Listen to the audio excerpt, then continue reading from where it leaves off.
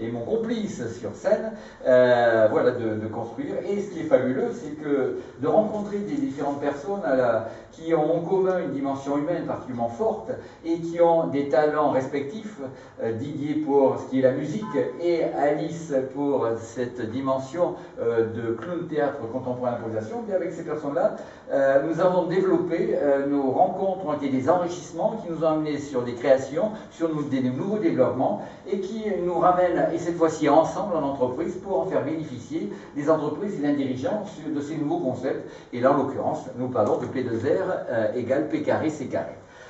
Alors tout ceci, c'est pas fait, voilà, avec du temps, comme dirait la chanson.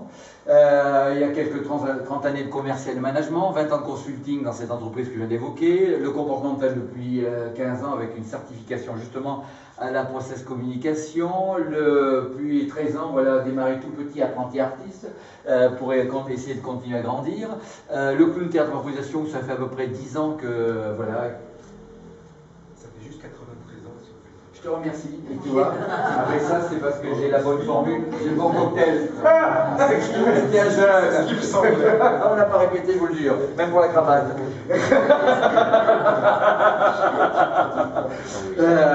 Donc, en effet, il y a des superpositions, hein, comme vous faites des fois un tennis, même quand dans la même semaine vous avez fait autre chose. Et ces semaines ne s'additionnent pas, ça fait toujours semaine une. Bon, et le spectacle qui rencontre donc le public, à la fois le public, comme on dit, privé, mais à la fois l'entreprise, puisque ce spectacle devient même un outil de conférence par rapport à des messages. Décidément, le che, il va venir souvent chez les Fréchions. Je ne sais pas le quota que j'ai avec ça. Donc, également en entreprise, par rapport, en effet, le fait d'avoir changé, le fait des engagements, etc. Alors, ça c'est dit, mais la question qu'on peut se poser, on ne va pas faire que se raconter, je suppose qu'il y en a toujours, hein. On ne va pas faire que se raconter, on pourrait dire, mais... Et vous? Donc, puisqu'on est sur un sujet qui est la communication, nous allons proposer de faire un petit 360 degrés en restant sur place. Et vous avez peut-être autour de vous, à gauche, à droite, devant, derrière, une personne que vous ne connaissez pas. C'est peut-être une bonne occasion, pendant les 2 petites minutes, oui, voilà, d'échanger, de vous présenter avec la personne qui est à côté, ce qui fait que ceux qu'on a commencé à endormir, c'est une opportunité pour qu'ils puissent se réveiller, et ceux qui sont dans une bonne dynamique, de partager avec ceux qui sont à côté. Donc pendant 2 petites minutes, de partager votre voisin devant, derrière, ce qui vous n'avez pas l'occasion de faire. Je connais pas toi. C'est un musicien.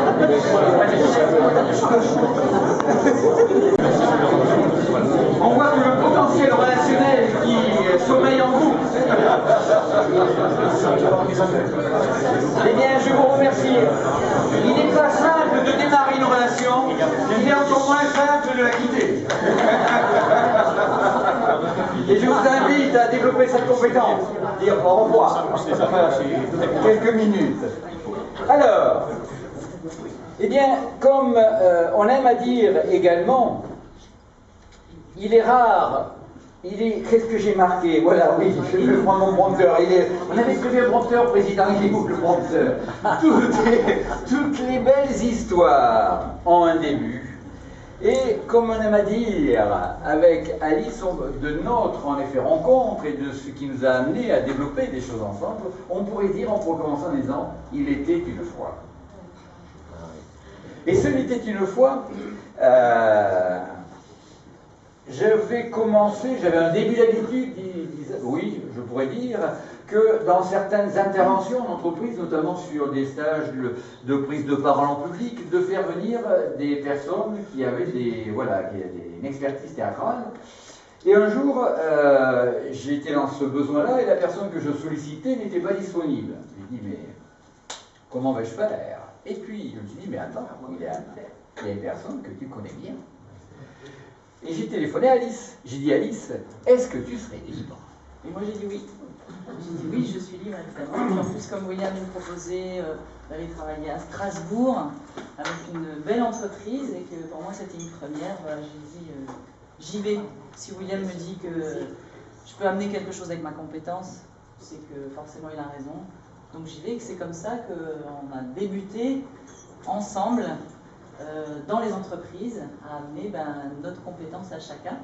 Et puis à chaque fois que William travaillait dans des entreprises avec des clients, il me faisait des retours sur ce qu'il faisait, sur ce qu'il vivait, puis moi aussi je lui disais, ben tu vois, moi j'ai vécu ça, puis ça s'est passé comme ci, et puis à un moment donné on s'est dit, il y a vraiment quelque chose à faire ensemble parce qu'on on a quand même des outils qui sont très proches et qui se ressemblent et qui s'assemblent bien. Complètement.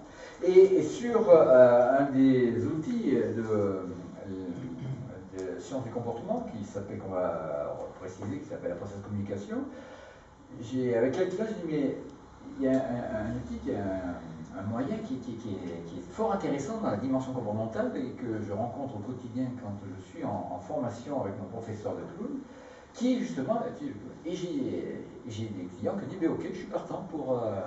Et j'ai dit à Alice, ben voilà, est-ce que ça te dirait qu'on fasse encore quelque chose de différent et qu'on associe, on commence à faire des travaux qui associent la process clown et la process communication. Et on était les chemins faisants ces dernières années avec différentes entreprises qui nous ont fait confiance dans la région et en région parisienne, qui nous ont fait confiance. Et fort de ce succès, un jour, il n'y a pas si longtemps que ça, Alice m'a dit... Et pourquoi on ne ferait pas une présentation ou une conférence ou quelque chose qui parle un petit peu de qu'est-ce qu'on fait ensemble, comment on le fait, à quoi ça sert, qu'est-ce que ça peut amener dans les entreprises.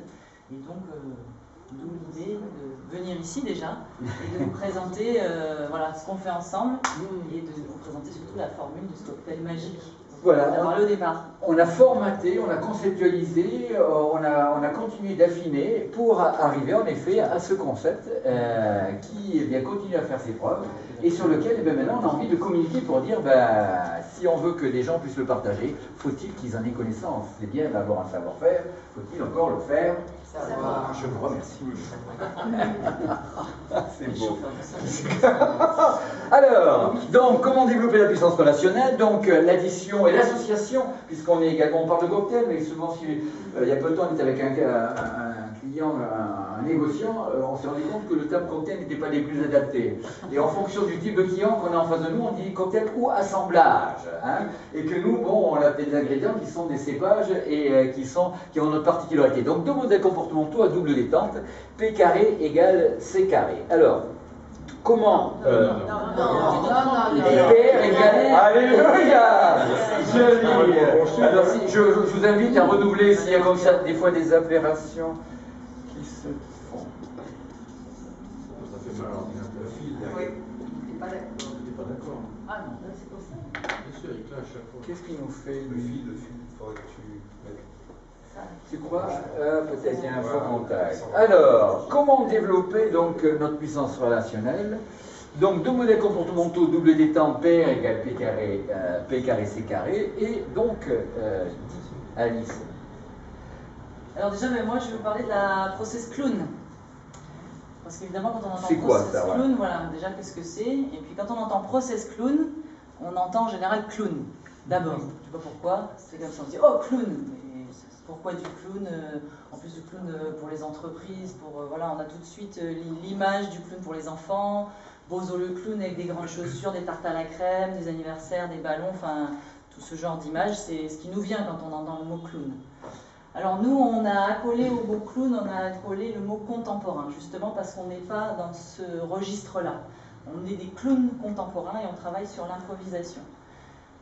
Le clown contemporain, il s'inscrit dans ce qu'on appelle le courant des nouveaux clowns. C'est un petit peu comme le cirque du soleil, peut-être que ça va un peu plus vous parler.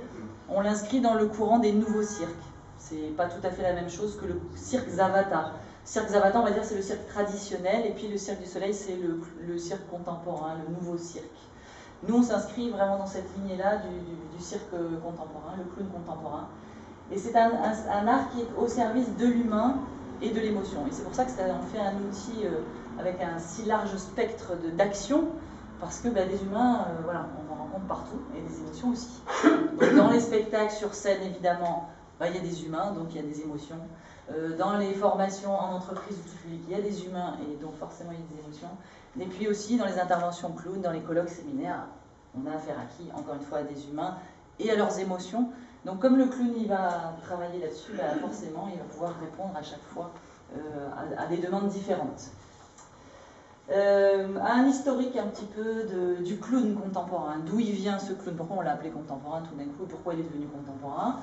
Au démarrage on avait les fous du roi, Donc ça, on voit à peu près ce que c'était. C'était vraiment les premiers clowns, on peut dire. Ils n'avaient pas encore un nez rouge, mais ils étaient déjà clowns.